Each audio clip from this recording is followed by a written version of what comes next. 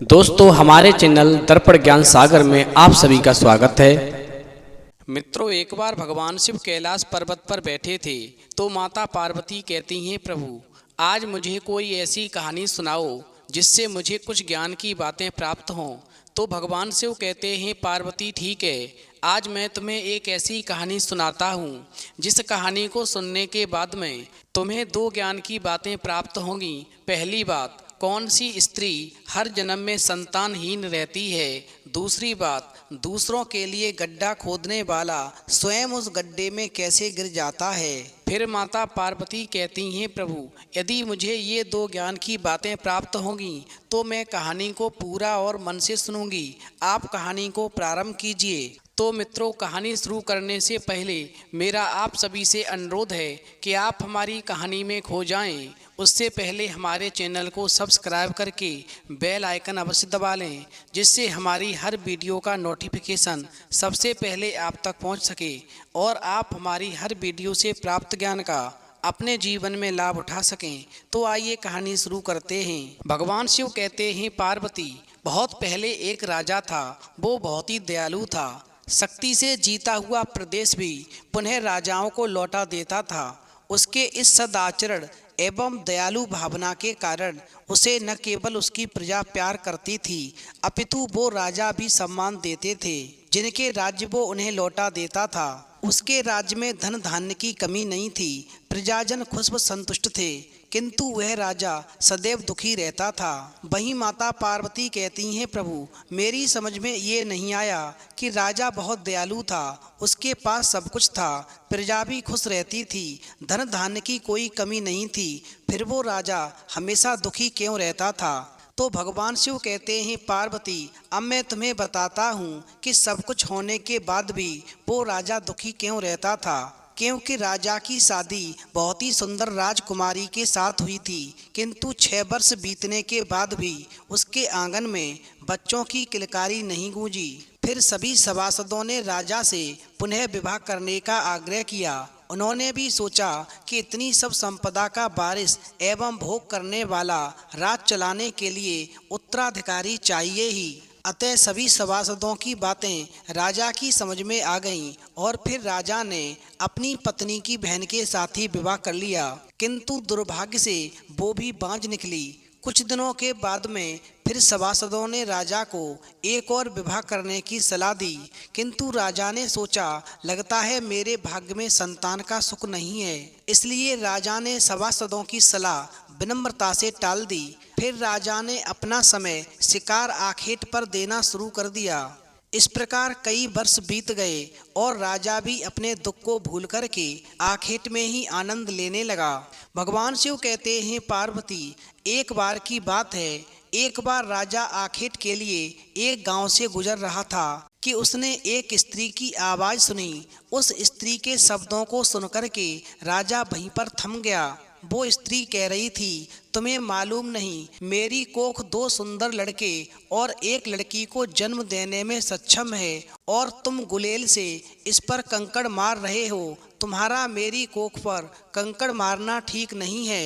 अतः राजा ने देखा कि 16 वर्षीय एक सुंदर कन्या अपना पेट पकड़े अपने साथियों को डांट रही थी कि वो उसके पेट पर गुलेल से कंकड़ न मारें। वहीं कन्या के नैन नक्श आकर्षित करने वाले थे तथा रूप में भी वो बहुत सुंदर थी। वहीं राजा उस रात्रि को सो नहीं सका। उसके कानों में उस कन्या के वो शब्द गूंज रहे थे कि मेरी कोख 2 सुंदर लड़कों और एक कन्या को जन्म देने में सक्षम है। वहीं प्रातः होते ही राजा ने अपने राजदूतों से उस लड़की का पता ठिकाना मालूम कराया और उस घर में पहुंच गया। वहीं वो लड़की एक गरीब किसान की थी। जैसे ही राजा उस गरीब किसान के घर में पहुंचा तो गरीब किसान जो था राजा को देख करके भयभीत हो उठा। उसने राजा के पांव पकड़ लिए और कहने लगा, महाराज मुझसे कौन सी खता हो गई है, मुझे क्षमा कर दें। वहीं राजा ने किसान से खड़े होने के लिए कहा, लेकिन उसने अपने अपराध की क्षमा याचना की। तब राजा ने किसान से कहा कि उससे कोई गलती नहीं बनी है, वो उसकी कन्या से विवाह का प्रस्ताव लेकर आया है। वहीं राजा की बात को सुनकर के वो गरीब किसान जो था एकदम से हैरान रह गया। उसे विश्वास नहीं हो रहा था कि जो कुछ वो सुन और देख रहा है वो सत्य है। उसे ऐसा लग रहा था मानो वो कोई स्वप्न तो नहीं देख रहा है। वहीं राजा के कहने पर किसान ने खुशी खुशी राजा की बात मान ली। फिर राजा ने किसान की कन्या को परिणय सूत्र में बांध लिया और सही समय पर तीसरी रानी ने गर्भ धारण किया। वहीं जब राजा की सबसे छोटी रानी गर्भवती हो गई तो राजा बहुत ही खुश हुआ। लेकिन राजा की दोनों बड़ी रानियां जो बांझ थीं, उनके हृदय में सांप रेंगने लगे। उन्होंने बहुत चाहा कि तीसरी रानी का गर्भ गिर जाए, किंतु असफलता ही हाथ लगी। उनके सभी प्रयत्न बेकार गए। समय धीरे धीरे गुजरता गया। जब प्रसव काल की घड़ी आई तो दाई ने प्रसव कराया। बाहर राजा व्यग्रता से समाचार की प्रतीक्षा कर रहा था। वहीं रानी ने 2 सुंदर राजकुमारों और 1 राजकुमारी को जन्म दिया और वो फिर अचेत हो गई। वहीं दाई ने प्रसव कमरे का गुप्त दरवाजा खोल दिया और जैसे ही दरवाजा खुला फिर दोनों बांझ रानियों ने प्रवेश किया और उन्होंने दाई को द्रव्य मुद्राओं की थैली के साथ साथ काठ के बने 3 पुतले दिए और उन नवजात शिशुओं को जंगल में हिंसक पशुओं का शिकार बनने के लिए छुड़वा दिया। वहीं दाई ने लोभ में आकर के और राजा की दोनों बड़ी बांझ रानियों से सोने की मुद्राएं लेकर के छोटी रानी के दोनों लड़के और 1 कन्या को एक बक्से में बंद कर दिया और घोषणा करवा दी कि रानी ने काठ के 2 लड़के और 1 लड़की को जन्म दिया है। वहीं दाई की बातों को जब राजा ने सुना तो उसे विश्वास नहीं हुआ, किंतु राज ज्योतिषी ने कहा, महाराज, जब अशुभ घड़ी आती है तो ऐसा ही होता है और ये सबसे छोटी रानी तथा उसके काठ के बच्चे इस राज्य के लिए अशुभ हैं। भगवान शिव कहते हैं, पार्वती, वो दाई और ज्योतिषी जो थे दोनों ही राजा की बड़ी बांझ रानियों ने पैसों के लालच में दे लिए थे। वहीं जब रानी होश में आई और उसने सुना कि उसने काठ के बच्चों को जन्म दिया है तो वो अविश्वास से भर उठी, किंतु उसकी सुनने वाला कोई नहीं था। वहीं राजा ने क्रोध में आकर के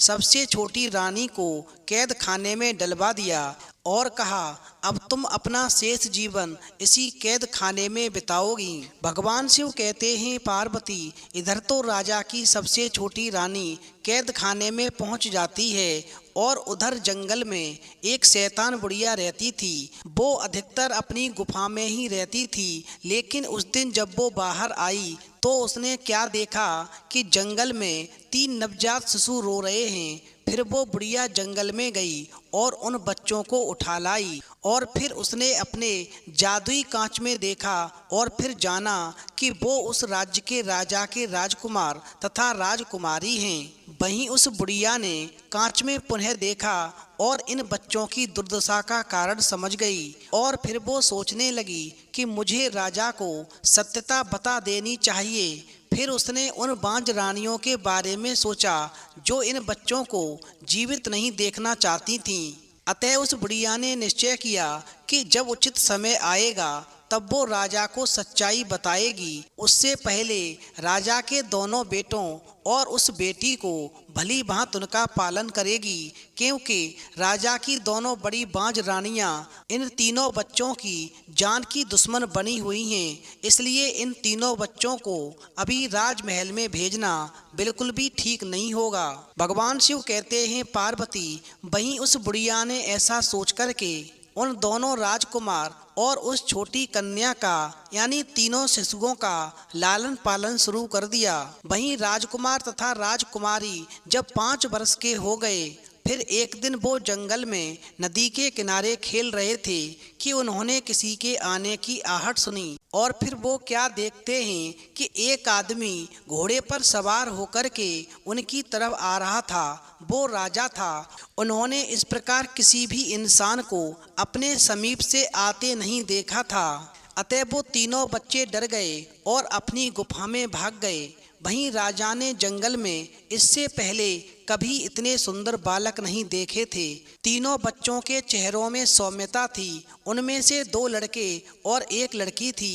फिर तो तीनों बच्चों को देख कर के राजा के मन में उथल पुथल मच गई, किंतु वो बालक वहां से भाग गए, क्योंकि उससे पहले उन्होंने किसी भी ऐसे इंसान को पास से नहीं देखा था। वहीं जब वो तीनों बालक भाग कर के गुफा में गए तो बुढ़िया को जब बालकों ने भागकर आने का कारण बताया तो बुढ़िया ने अपने जादुई कांच से जान लिया कि राजा ने इन राजकुमारों को देख लिया है।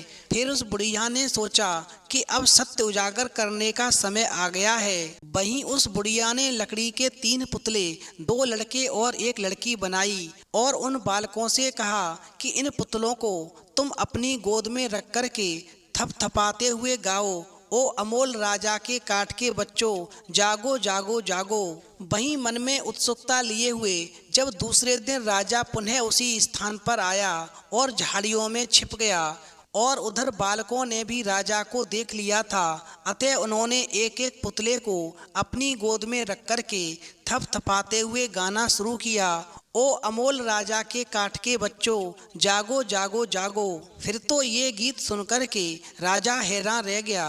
इतने में वो बालक अपनी गुफा की ओर चल दिए। वहीं राजा भी उनका पीछा करता गया और उधर बुढ़िया ने अपने जादुई शीशा में देख लिया कि राजा बच्चों का पीछा कर रहा है और फिर वो गुफा के द्वार पर आ गई। उसने राजा का स्वागत किया और अंदर आने का आग्रह किया और फिर राजा को सारी सच्चाई बताई जो उसने अपने जादुई कांच के जरिए प्राप्त की थी। उसने राजा को यह भी याद दिलाया कि उसने राजा को चेतावनी दी थी कि उसकी होने वाली रानी बांझ निकलेगी, किंतु तब राज ज्योतिषी ने उस राज्य से उसे शैतान कहकर के निकलवा दिया था।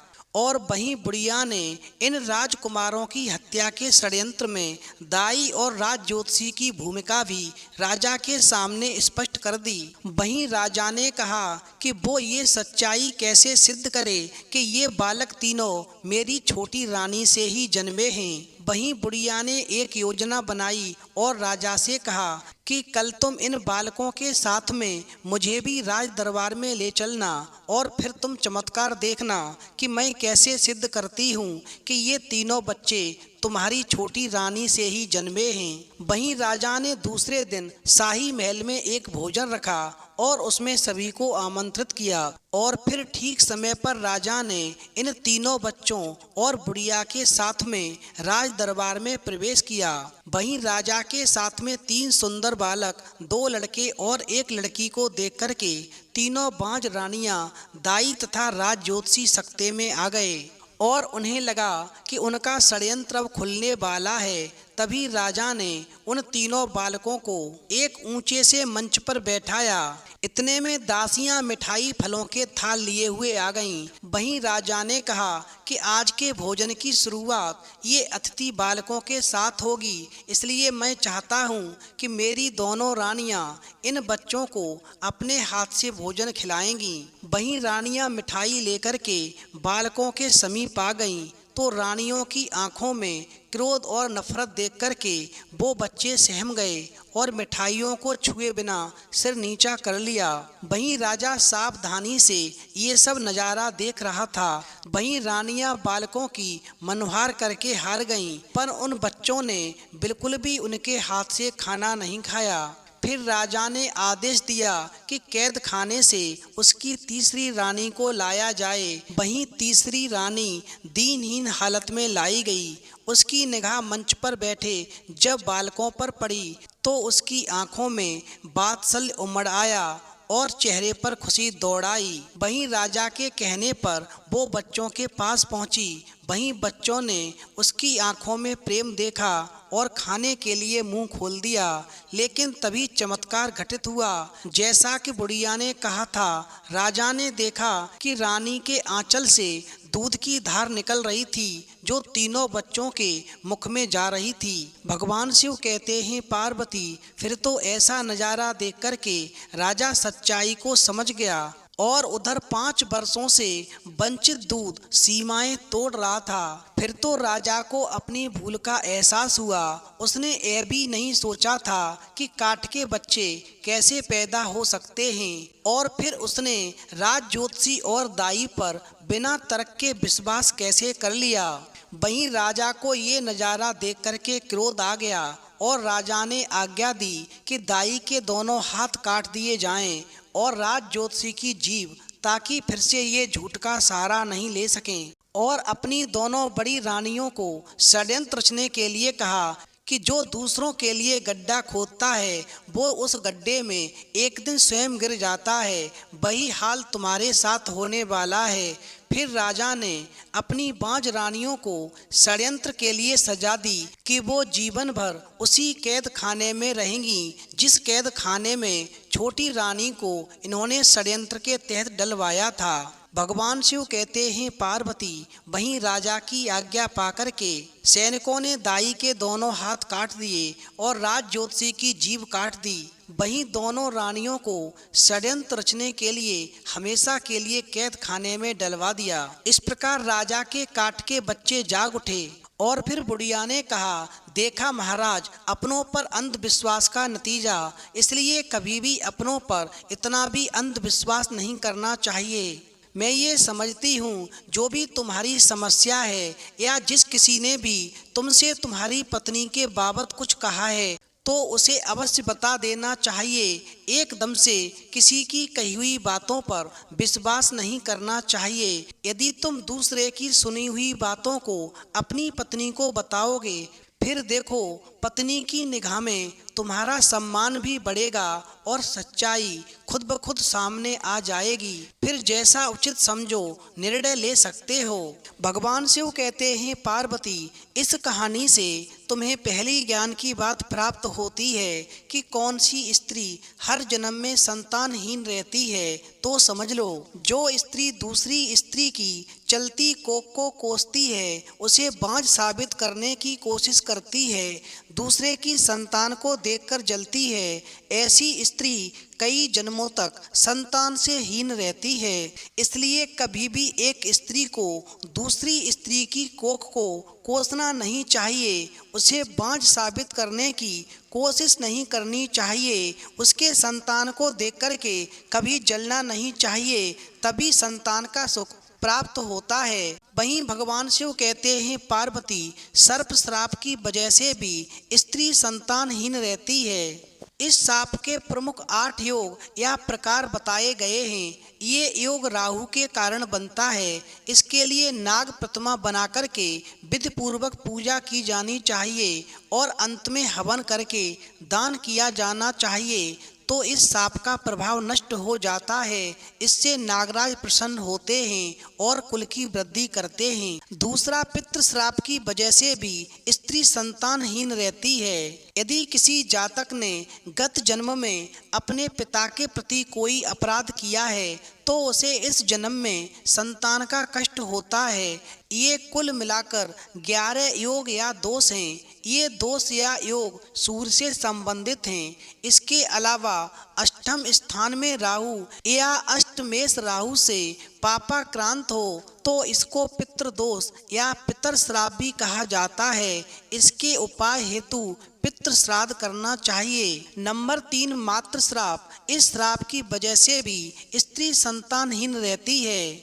इसके अनुसार पंचमेश और चंद्रमा के संबंधों पर आधारित ये योग बनता है। मंगल, शनि और राहु से बनने वाले ये कुल 13 प्रकार के योग हैं। गत जन्म में किसी जातक ने यदि माता को किसी भी प्रकार से कष्ट दिया है तो ये योग बनता है। इसके उपाय के लिए माँ की सेवा करना जरूरी है। इसके अलावा उक्त ग्रह को शांत कराना चाहिए। नंबर 4, भातृ श्राप के वजह से भी स्त्री को संतानहीन होना पड़ता है। ये योग भी कुल 13 प्रकार का है, जो कि पंचम भाव मंगल और राहु के चलते बनता है। यदि किसी जातक ने गत जन्म में अपने भाई के प्रति कोई अपराध किया है तो ये शाप बनता है। इसके उपाय हेतु चंद्रायण व्रत करें, पवित्र नदियों के किनारे शालिग्राम के सामने पीपल वृक्ष लगाएं तथा पूजन करें। नंबर 5, मातुल श्राप। इस श्राप की वजह से भी स्त्री को संतानहीन होना पड़ता है। ये योग पंचम भाव में बुध, गुरु, मंगल एवं राहु और लग्न में शनि के चलते बनता है। इस योग में शनि बुध का विशेष योगदान होता है। पिछले जन्म में जातक ने अपने मामा को किसी भी प्रकार से घोर कष्ट दिया होगा तो ये कुंडली में योग बनेगा। इसके उपाय है तालाब, बावड़ी, कुआं आदि बनवाना चाहिए। उसे बनवाकर वहां भगवान विष्णु की मूर्ति की स्थापना कराना चाहिए। ऐसा करने से संतान सुख की प्राप्ति होती है। नंबर 6, ब्रह्म श्राप। इस श्राप की वजह से भी स्त्री को संतानहीन होना पड़ता है। ये योग या दोष कुल 7 प्रकार का होता है। 90 भाव में गुरु, राहु या पाप ग्रहों से ये योग बनता है। यदि गत जन्म में किसी भी जातक ने किसी ब्राह्मण को घोर कष्ट दिया है तो ये शाप बनता है। इसकी शांति हेतु पितृ शांति करें और फिर प्रायश्चित स्वरूप ब्राह्मणों को भोजन कराकर उन्हें दक्षिणा दें। इससे संतान सुख प्राप्त होता है। नंबर 7, पत्नी का श्राप। इस श्राप की वजह से भी स्त्री संतानहीन होती है। ये कुल 11 प्रकार का दोष योग है जो सप्तम भाव में पाप ग्रहों के चलते बनता है। कहा जाता है यदि किसी जातक ने गत जन्म में अपनी पत्नी को मृत्यु तुल्य कष्ट दिया होगा तो ये योग बनेगा। इसके उपाय हेतु कन्याओं को भोजन कराना चाहिए और किसी कन्या का विवाह कराना चाहिए। नंबर 8, प्रेत श्राप। इस श्राप की वजह से भी स्त्री को संतानहीन होना पड़ता है। ये कुल 9 योग बताए गए हैं। खासकर ये दोष सूर्य और 90 भाव से संबंधित है। जो जातक अपने पितरों का श्राद्ध नहीं करता है वो अगले जन्म में निसंतान हो जाता है। इसलिए इस दोष की निवृत्ति के लिए हमेशा पितृ श्राद्ध करना चाहिए। अंत में भगवान शिव कहते हैं, पार्वती जो भी इस कहानी में प्राप्त बातों को अपने जीवन में उतारेगा उसे संतान के सुख की प्राप्ति निश्चित होगी। वहीं अंत में भगवान शिव कहते हैं, पार्वती इस कहानी से दूसरी ज्ञान की बात प्राप्त होती है कि दूसरों के लिए गड्ढा खोदने वाला स्वयं उस गड्ढे में गिर जाता है। तो समझ लो, जिस प्रकार रानी की दोनों बड़ी रानियों ने सबसे छोटी रानी के बच्चों को काठ के बच्चों से बदल दिया और राजा द्वारा उसे कैद खाने में डलवा दिया और सुखपूर्वक रहने लगी, वहीं दूसरों के साथ बुरा करने वाले का ईश्वर बुरा कर देता है। और इसी वजह से ईश्वर ने सबसे छोटी रानी का साथ दिया और उसके बच्चों की रक्षा की। साथ ही राजा के सामने सच्चाई आने पर राजा ने छोटी रानी को प्यार दिया और रानी बनाकर रखा। वहीं दोनों बड़ी बांझ रानियों को हमेशा के लिए कैद खाने में डाल दिया। इसलिए ध्यान रखना, जो दूसरों के लिए गड्ढा खोदता है वो उस गड्ढे में स्वयं गिर जाता है। इसलिए कभी भी किसी का बुरा नहीं करना चाहिए, बुरा नहीं सोचना चाहिए। दूसरों के साथ बुरा सोचने वाले का स्वयं के साथ बुरा हो जाता है, उसकी ईश्वर मदद नहीं करता। इसलिए हमेशा सभी का सम्मान करना चाहिए, सभी के साथ में अच्छा व्यवहार करना चाहिए। कभी भी किसी के साथ में बुरा करना नहीं चाहिए, नहीं बुरा सोचना चाहिए। फिर तो माता पार्वती कहती हैं, प्रभु आज की कहानी सुनकर के, आज की कहानी से 2 ज्ञान की बातें प्राप्त करके मेरा मन प्रफुल्लित हो गया। तो मित्रों, यदि आपको भी वीडियो पसंद आई हो तो प्लीज़ आप हमारे चैनल को सब्सक्राइब करें और भगवान शिव और पार्वती के लिए एक लाइक करना न भूलें।